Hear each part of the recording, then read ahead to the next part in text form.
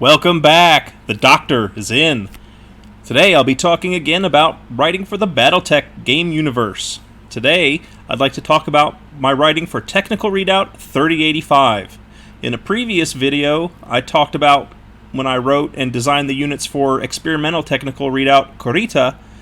That work came later in the year from the writing that I did for this book. So TRO 3085 was actually my first technical readout writing. There are a lot of issues with this book that I remember.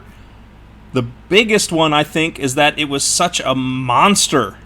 I believe it's the biggest technical readout ever. I think it was 300 pages. It's just a beast of a book.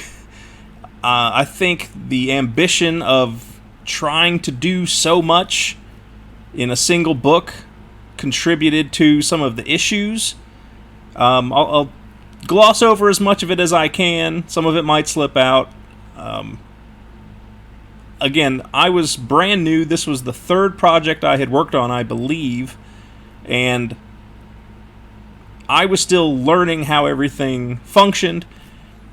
But if anybody is a longtime fan of BattleTech, they know that the TROs are the best-selling books in the line, and they're usually fan favorites, not just because of the units involved, but because of the history and everything that gets put into the unit descriptions.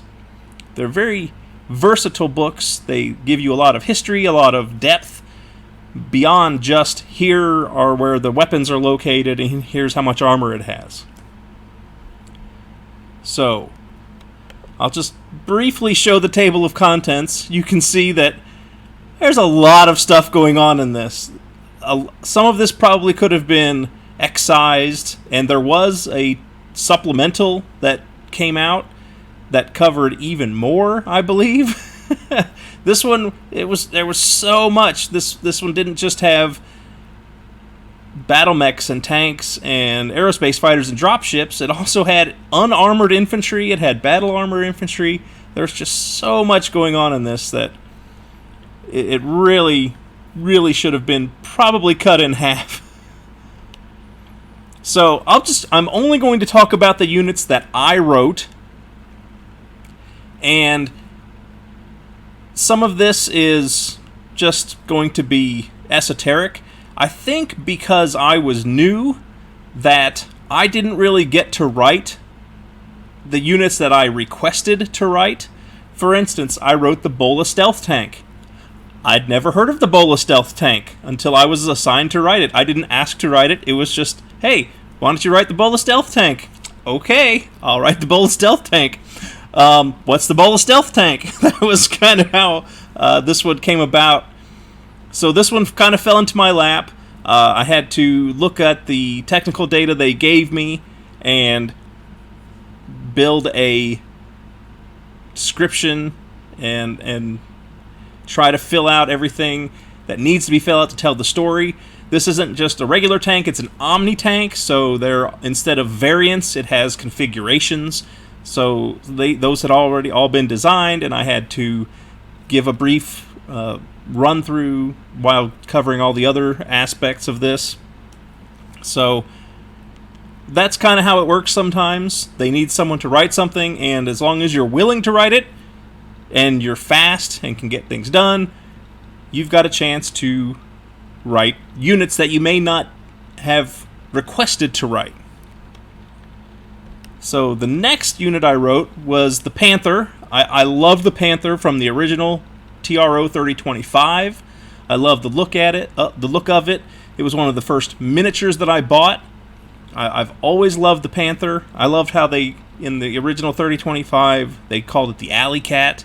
I thought that was just a cool way to describe a unit that, as far as its combat ability, was fairly limited, but it just looked so cool. And also, the name Panther is great. So I was very happy to write the Panther. I really liked it. I hope I did it justice. this has been so long, I honestly don't remember if I designed the units I wrote or if they were already designed for me. I think for the Panther that I had input on the design. And the same for the Wolfhound, which I'll get to next. I believe I had input on those because they wanted a new variant, and they were going to give it, obviously, new art and a full write-up. A lot of the original units didn't get full write-ups. They just got single lines in a separate section later in the book. So I really liked writing this particular unit. As I said, the Panther is one of my favorites, and it always has been, and it always will be, even though some of the variants have been fairly substandard. I'm kind of looking at the 3050 variant that didn't even have enough heat sinks to fire its primary weapon without overheating. That was just a fundamental flaw that, in my opinion, probably should have never seen print, but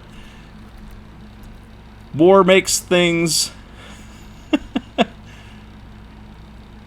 a little challenging sometimes. I understand you have to throw substandard equipment out just to slow the enemy down. So what I did, and again, I could be misremembering, but I believe I put the stats on this that I gave it the improved jump jets. So not only was it faster to begin with, but now it could also jump farther than any Panther had ever jumped. For the Wolfhound, I wanted it to be a very fast Wolfhound. So let's advance to the next page. All right, the Wolfhound was originally designed by Michael Stackpole, who was one of the longtime authors of the BattleTech novels. He created the Kellhounds. He wrote the Kellhound source book, which was mentioned in my previous video about Historical Turning Points Mallory's World. And he wrote the Wolf Dragoons source book. So Mike Stackpole had a great influence on the early history of BattleTech. And as I mentioned, so the original Wolfhound was designed by Mike Stackpole. So I was very happy to be able to contribute to the legacy of one of the founding greats of the BattleTech universe. So I gave it a fairly improved weapons load with double heat sinks. I gave it, instead of a couple lasers, I gave it 3 different types of PPC, or 3 PPCs of different types, rather. I also gave it a mask system so that it can run, and that, I believe, makes it the fastest Wolfhound, at least to this point. However, my favorite aspect of this particular variant of the Wolfhound is the notable mech warrior I gave, Agent Applecart. I don't know where exactly I came up with that, but I remember it's like, okay, I need a notable pilot, and I thought Agent Applecart for some reason, and I laughed, and so that's who became the notable mech warrior for this one. So sometimes that's how it works. You just have to take the inspiration when you get it and put it to the page.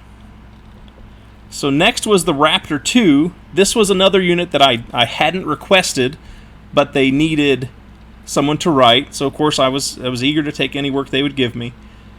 And this was one, again, where I really didn't have any notion of what it was I was doing. And so I wrote it because it was a new unit. There was supposed to be no notable mech warrior.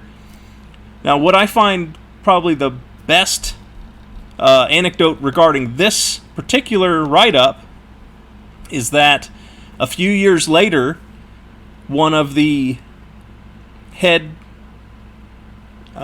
writers, who actually happened to edit this particular book, recruited me and several others for trying to improve everybody's craft at writing BattleTech. And he took this book and he grabbed several pages as bad examples of what not to do. And wouldn't you know it, this one happened to be one of the examples he picked as a bad example.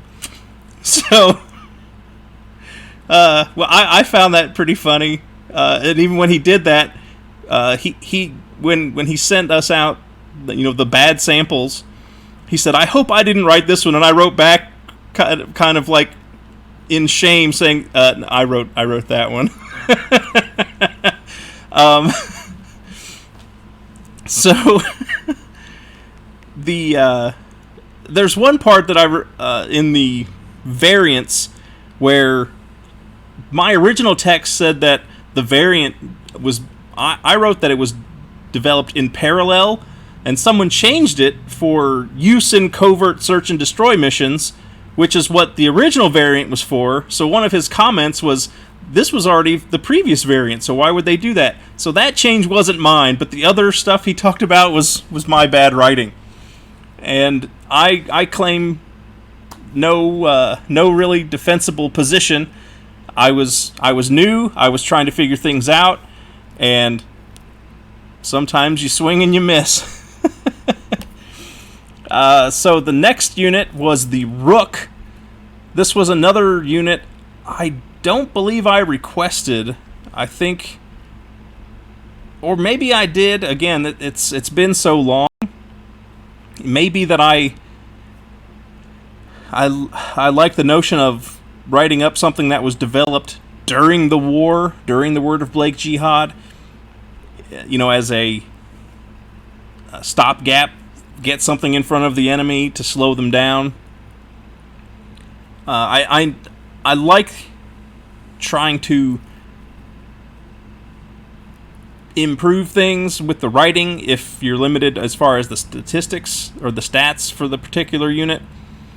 So, again, I don't remember if I had any input on the design of this one. Its weapons load doesn't really scream something that I would have put together.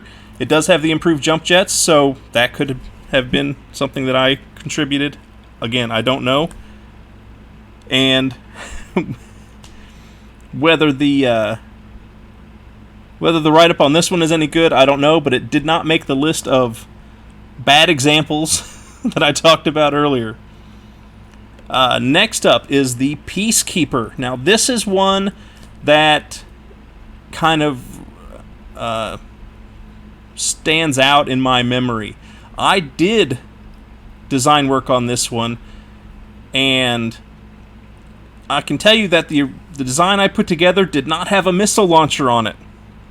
Now, this is so far back that I don't remember precisely what the instructions were as far as what the design had to incorporate, but I remember it said something like it's got one major gun and a couple of large secondary guns.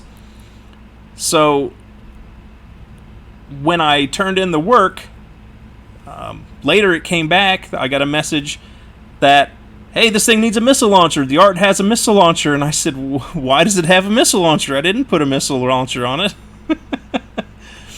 So that's why this 95-ton assault mech has a useless SRM-2 on it. And I had to try to explain that in the writing, so I had to modify my writing, and I believe I said that it was part of a earmarked spending package, just trying to rationalize why a massive assault mech would have such a little, almost useless